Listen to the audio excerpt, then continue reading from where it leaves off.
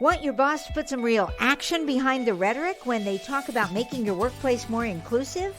Find out how to hold their feet to the fire and demand diversity on the Diversity Dude podcast.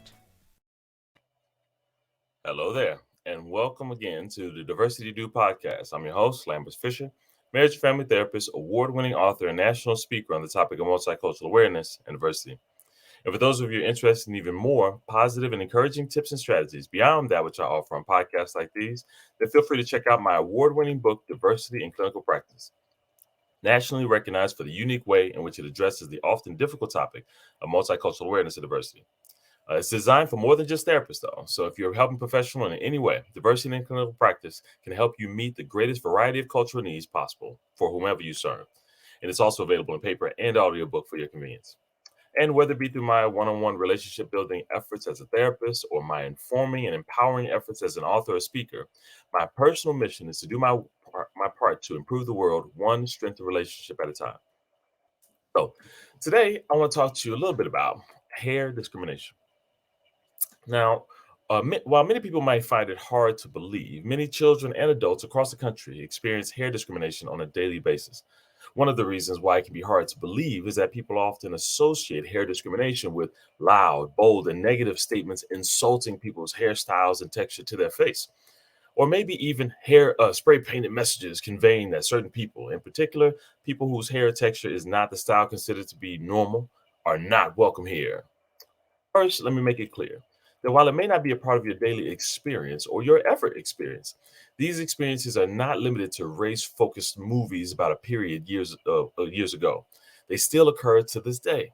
And even if you consider them to be rare, isolated events, those on the receiving end of these messages would still appreciate your support in reducing them even further, even if only in the smallest form of not minimizing their experience and the impact of such as irrelevant because it's not frequent enough or in your experience.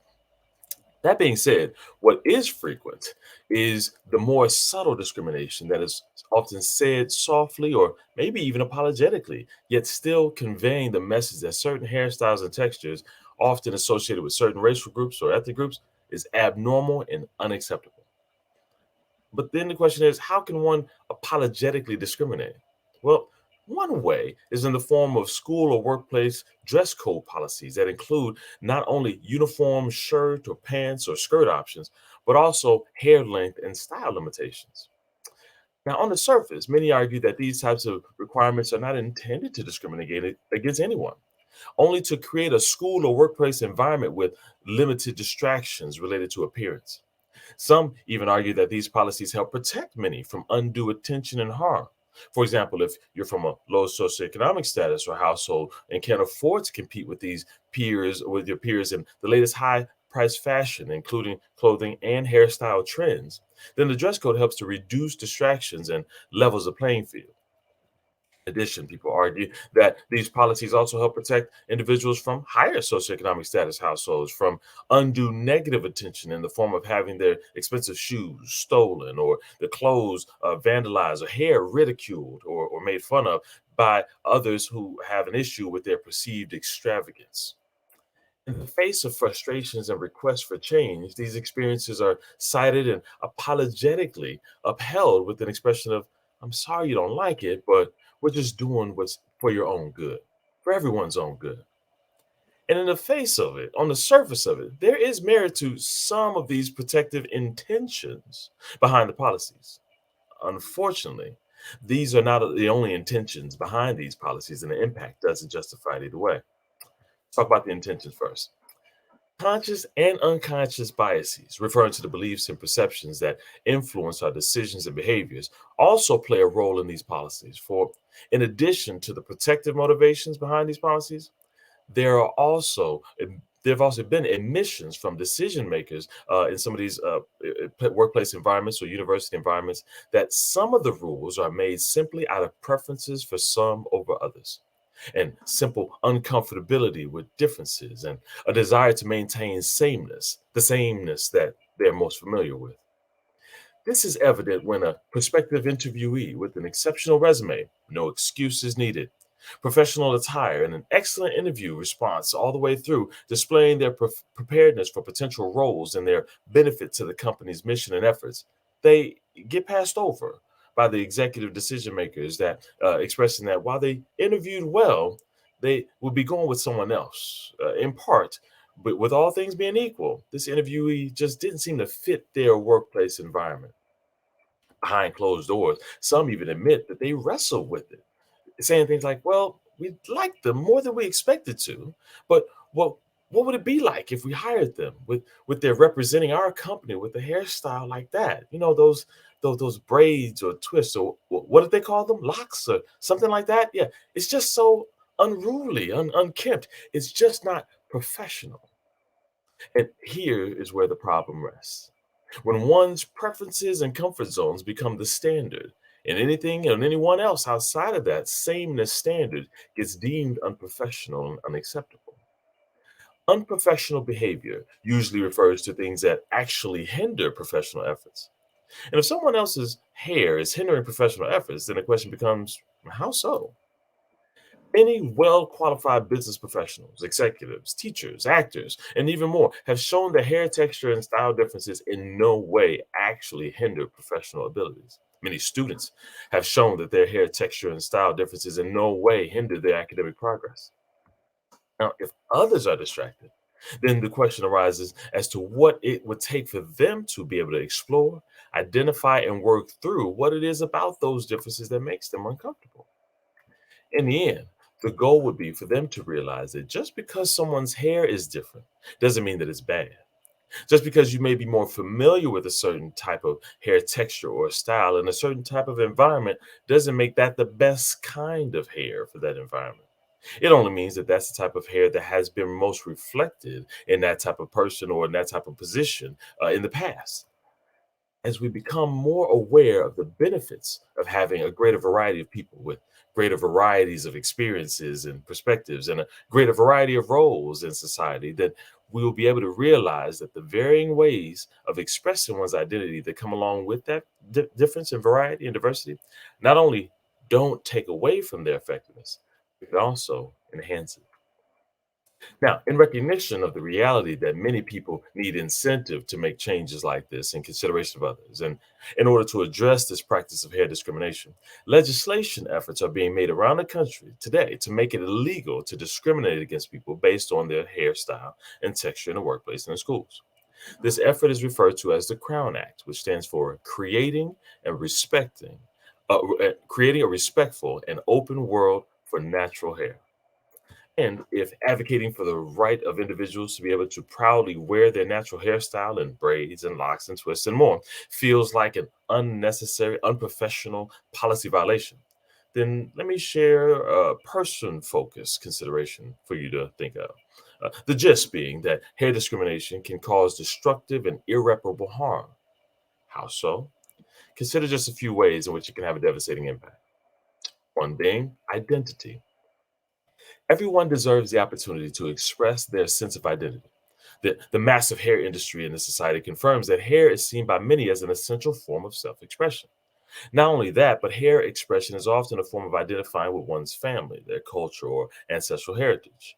However, when someone is told directly or indirectly, loudly or softly, that their identity is unacceptable, and that someone else's identity or expression is more acceptable, then it can have a devastating impact on one's ability to maintain a healthy sense of identity, as well as not resent being told that their natural self is wrong and that they need to hide their natural self and look like someone else to be accepted. Another way is esteem. Everyone deserves the opportunity to have their identity affirmed. The very concept of bad hair days and massive efforts to avoid such confirm that being able to not only express one's identity, but also to have that identity socially affirmed has a significant impact on how someone sees themselves and how they view themselves in the eyes of others. There's often this common saying that says, when you look good, you feel good. But who determines what you do to look good or what it looks good?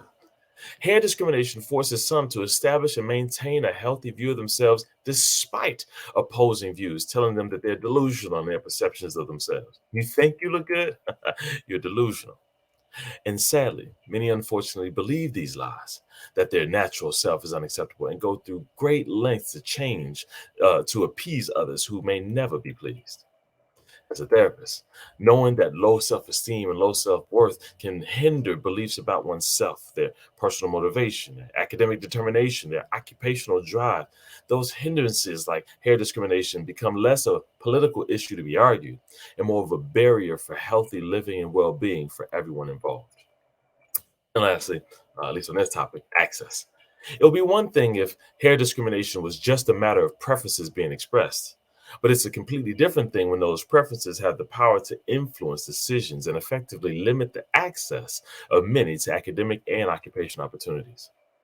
Around the country, students everywhere are being sent home from school for violating the dress code that includes hairstyle restrictions, which interestingly only impacts some students and not others, because the rules essentially say that in order to not be a distraction, some students should change themselves to look more like other students who conveniently don't need to change anything at all.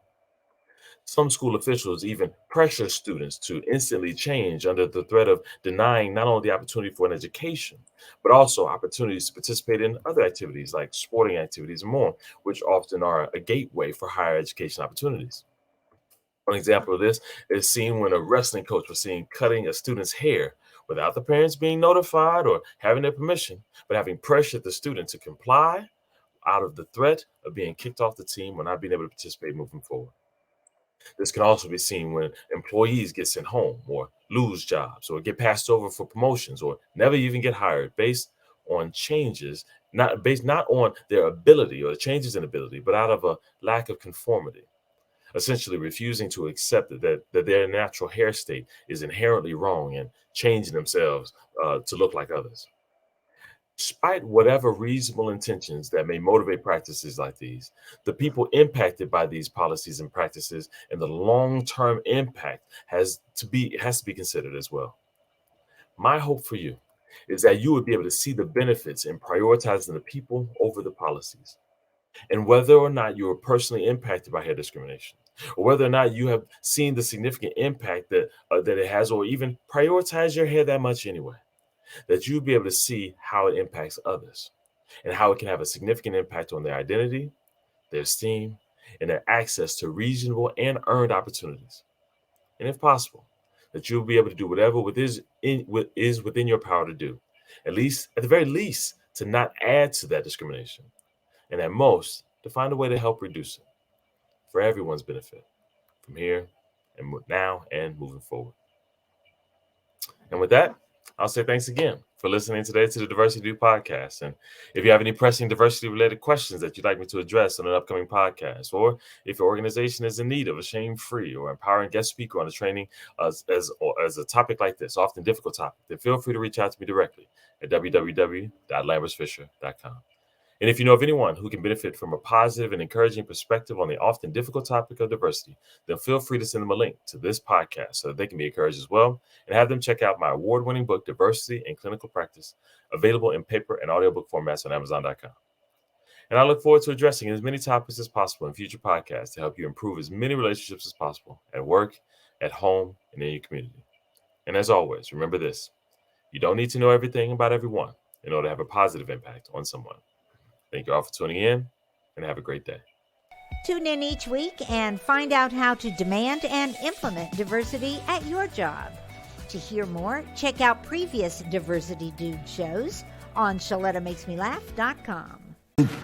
You deserve more internet than what you get from just your cell phone. Get free high-speed internet at home, a $29.95 value, when you qualify for Internet Essentials Plus and the Affordable Connectivity Program. Enjoy more streaming, gaming, and video chatting on more devices for free, with unlimited data and a wireless gateway included at no extra cost. No fees, no taxes, and no annual contract. Connect to more of what you love for free with Xfinity and the Affordable Connectivity Program. Click, call, or visit a store to learn more. At Hy-Vee, we take pride of being part of the communities we serve. In 2021, we donated more than 14 million meals, and this year, we're committed to doing even more. For over 90 years, we've been the place that people turn in time of need, and we take that very seriously. That's why we're loading our semis full of food this week and making deliveries across the Midwest to help families this Easter. To join our effort, simply donate when you're at the checkout. Together, we can make a big difference for those in need. There's a new way to get around in North Minneapolis. It's Metro Transit Micro, a new ride-sharing service that connects you with Metro Transit bus routes or wherever you need to go on the north side. It's convenient, affordable, and accessible. Metro Transit Micro uses minibuses to reach more neighborhoods, and you'll have shorter wait times. It costs just the same as bus routes, and it's easy to use. You can pay your fare in cash, a go-to card, or the Metro Transit app. Just go to metrotransit.org/micro. Download the app and create your account. It's really simple. So whether you're going to a friend's house in Bryn Mawr to watch the Vikings game, or you need to get dropped off at the Metro C Line station to hop on a bus to get to work across town, Metro Transit Micro got you covered. Book a ride, get picked up, and get where you need to go. Start riding today on one of the new Metro Transit Micro minibuses.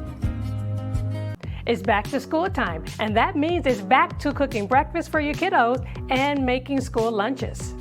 That's a lot of cracked eggshells and cut-off sandwich crust. Now listen, before you think about throwing those food scraps away, think about recycling them. Ramsey County has a program that can help you do just that, and it won't cost you a dime. Ramsey County has a free food scraps recycling program that lets you collect stuff like apple cores, coffee grounds, and veggie scraps. Here's how it works. Put all those scraps into a compostable bag. Then once a week, drop it off at a free food scrap site by your house. And listen, I understand that life is busy, so if you can't get there once a week, just toss the bag in the freezer until you can find the time to do it.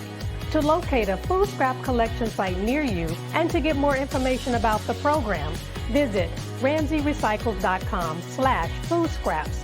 And tell your friends and family about it. Let's all do our part to help save the planet. All right, did you know it's the Mommy Slam Dunk Champion? Really? Yes, really, don't sound so surprised. Let's see it. Oh, you're ready. All right, here we go. Let's hear the crowd. So go to right, go to left, fake a mom. Mama, go up, mama! She did it. Again? You can't avoid gravity, but United Healthcare can help you avoid financial surprises by helping you compare costs and doctor quality ratings. United Healthcare. Uh-huh.